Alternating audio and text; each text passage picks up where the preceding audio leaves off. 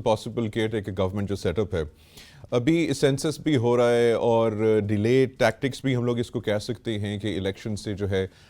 भागने की कोशिश हो सकती है किसी पार्टी की। हम लोग स्टेटमेंट नहीं इशू कह रहे, हम लोग जो है हो सकती है कह रहे हैं।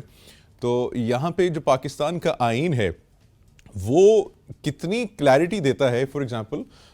जैसे ये अनटूवर्ड सिचुएशन हो गई है, सेंसस हो गया है, हमारे पास एक्सेप्टेबिलिटी नहीं आ रही है, तो पाकिस्तान का आइन क्या कहता है कि जब 5 साल की टर्म मुकम्मल हो गई है और ऐसा कोई केस आ जाए कि जो पार्टियां कह जाए कि सेंसस नहीं है, अभी मुकम्मल नहीं हुआ, तो हम इलेक्शंस नहीं कर सकते हैं, इस सिचुएशन में पाकिस्तान का आइन का क्या मौका है, जो है उसके स्टेटमेंट्स हैं?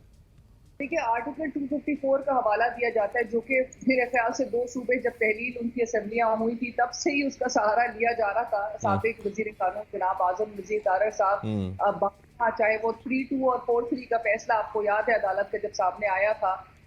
तब भी इस बात को इसकी जो आइन की जो प्रोविजन है उसका सहारा लिया गया और कहा गया कि आइन में ये गुंजाइश आर्टिकल 254 देता है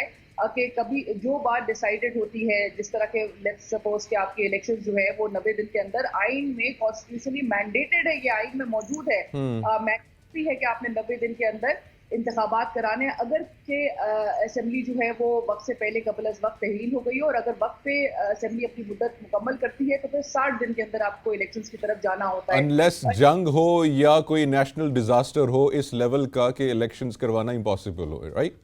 250 नहीं, आर्टिकल 254 इस पे आपको गुंजाइश देता है कि इन ऑफ एनी एक्स्ट्राऑर्डिनरी ऐसी कोई सिचुएशन आपकी रूनुमा हो जाए, जिस तरह से आपको याद होगा 2007 में मोहतरमा बेनजीर भुट्टो की असैसिनेशन के बाद मामलात इलेक्शन जो है वो थोड़े डेफर हुए थे, फरवरी में हुए थे।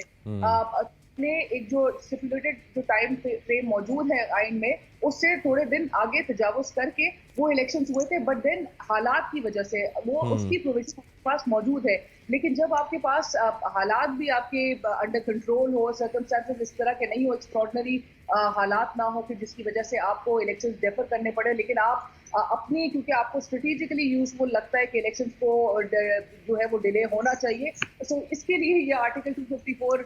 मेरा ख्याल से इसका फिर ये मिस यूज की कैटेगरी में ये ज्यादा नजर आता है, अब्यूज की कैटेगरी में ज्यादा नजर आता है, बजाय इसके कि सर्कमस्टेंसेस वो उस हद तक कन्विंसिंग हो कि जिसके बेसिस पे इसका सहारा लिया जाए। आर्टिकल 254 की लाइक आई सेड की प्रोविजन जरूर मौजूद है, लेकिन वो हालात भी उस तरह से आपके पास माजी में इस तरह की नज़ीर भी मौजूद है